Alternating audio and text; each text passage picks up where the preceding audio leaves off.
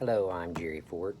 I'm going to use some of my break to do an edition, how about an episode of Story Time with Jerry.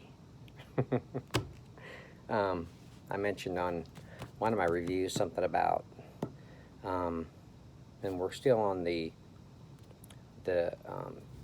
South Carolina series, so let's just kind of put it that way, when I was a kid. Something about playing in the creek.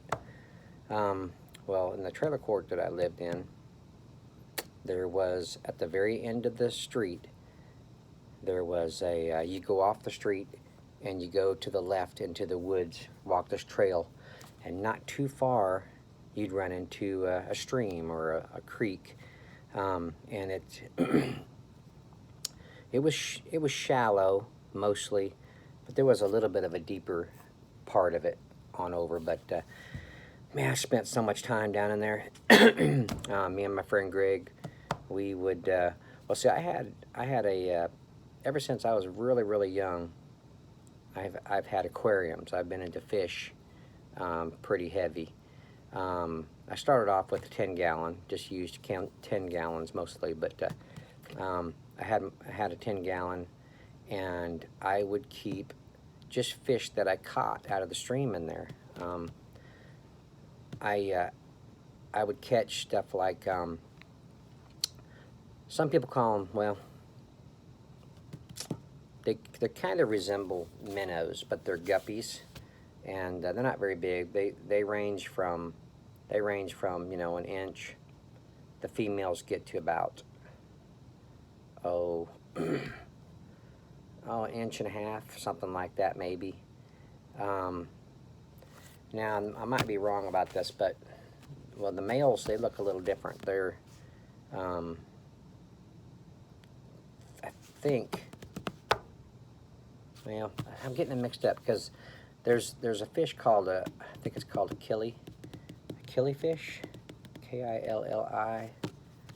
Shoot, but they're a little bit different from the females in the way of that they're bigger. They range from about 2 inches, something like that. Yeah. Anyway, they have some stripes on their sides, and but both of them, they both have like paddle type tails, but they're just a small species of fish. But and you can buy, the fancy tail guppies in the store, the Walmart stores or fish stores, and they got all different colors. These are just plain colors, just light pink, kind of a grayish color, but they're pretty cool. I used to catch them, just catch a bunch of them, and but they stay mostly on top. They're kind of a top feeder type fish, but they were just cool. I just got into them, just catching them and putting them in my tank, and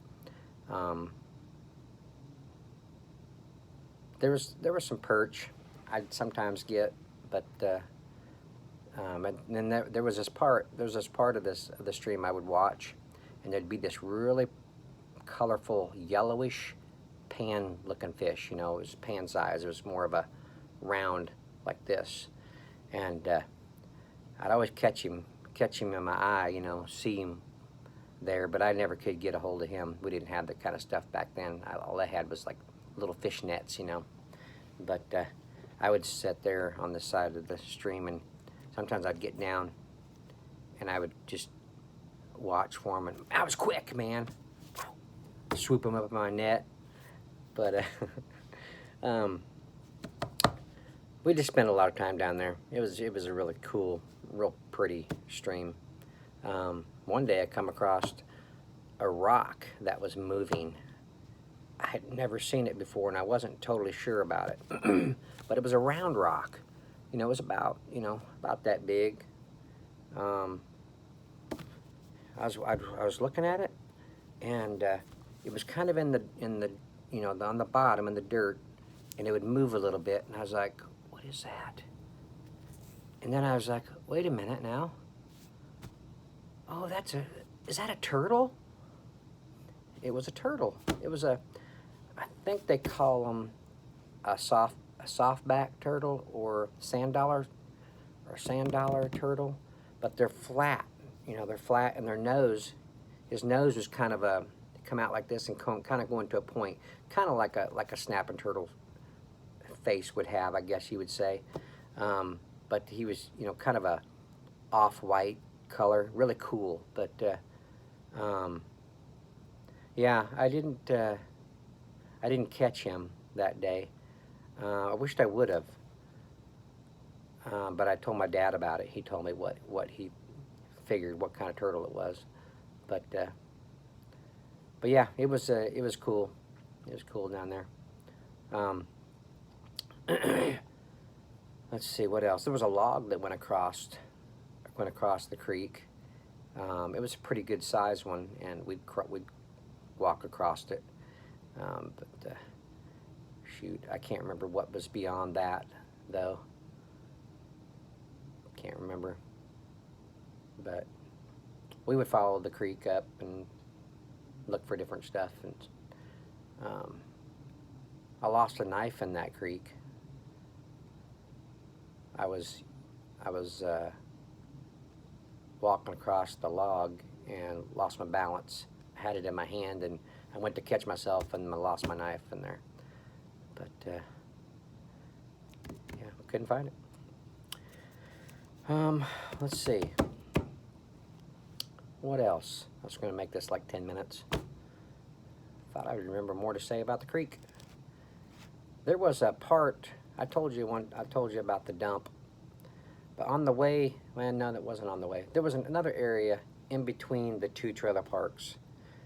There was Trailer Park A and Trailer Park B. We were in the A. And you go back, and in the middle of it, deep down in the middle of it, you'd find these, it was like a maze. It was really cool. It was almost, and all the little green lands, it looked like they were been mowed. But it was just so cool. It looked like something out of The Lord of the Rings or something.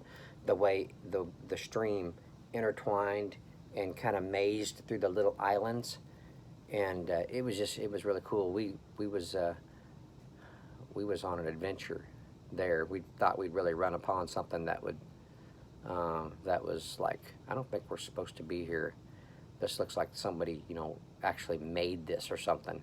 But it was just a cool experience. But yeah, we had a good time there. There was one time we was in our trailer park. There's this guy that lived down there that he owned two, I think they're Rottweilers, and he would walk them up in the woods. And Greg and I was up there. They had chains on, you know, you could hear their chains. But we was walking along, and all of a sudden, I said, "Shh, you hear that?" And Greg's like, "What?" "Listen." We could hear chains rattling. We're like, "Oh crap, so-and-so's walking his dogs up in here." You know, and I don't remember what his name was, and we didn't know the dogs. We didn't know if they were aggressive or not. We were just kind of freaking out. But when we heard them chains rattling, we climbed up a tree, and we just waited. And he came along, and he's like, "What are you guys doing up there?" He's like, we heard your dogs up in here. We knew you was walking them, and we was just kind of freaking out. We didn't know if they were aggressive or not." And he said, "Well, they can be if they don't know you." But yeah, he went on. But that was just a trip. I mean, we had our spears. I mean, we could have stabbed them dogs, you know. But no, we weren't. We were pretending, right? We were just young kids. But something else we used to catch. Let's see, what do we got? 45 seconds. Something else we used to catch were leopard frogs. And if you ever seen a leopard frog, you know, they're not like toads. Toads are more of a land frog. Leopard toads are a water frog. And these leopard toads, man, they were fast, and they jumped high, and they jumped far. They were hard to catch, but they'd lay their eggs. Tadpoles would be in the stream, in the little puddles. Puddles would dry up, and there's the tadpoles, and the fire ants would just have lunch, dinner. You know, they would just go to town on them tadpoles. It was sad, but sometimes we try to save the tadpoles and put them in a bigger pond or something, or bigger puddle. But that's just what we did. But yeah, there you go. Little stories there from Jerry's youth in South Carolina. All right, well, I hope you enjoyed this little segment, and it's time for me to go back to work. See you guys on the next one. Bye.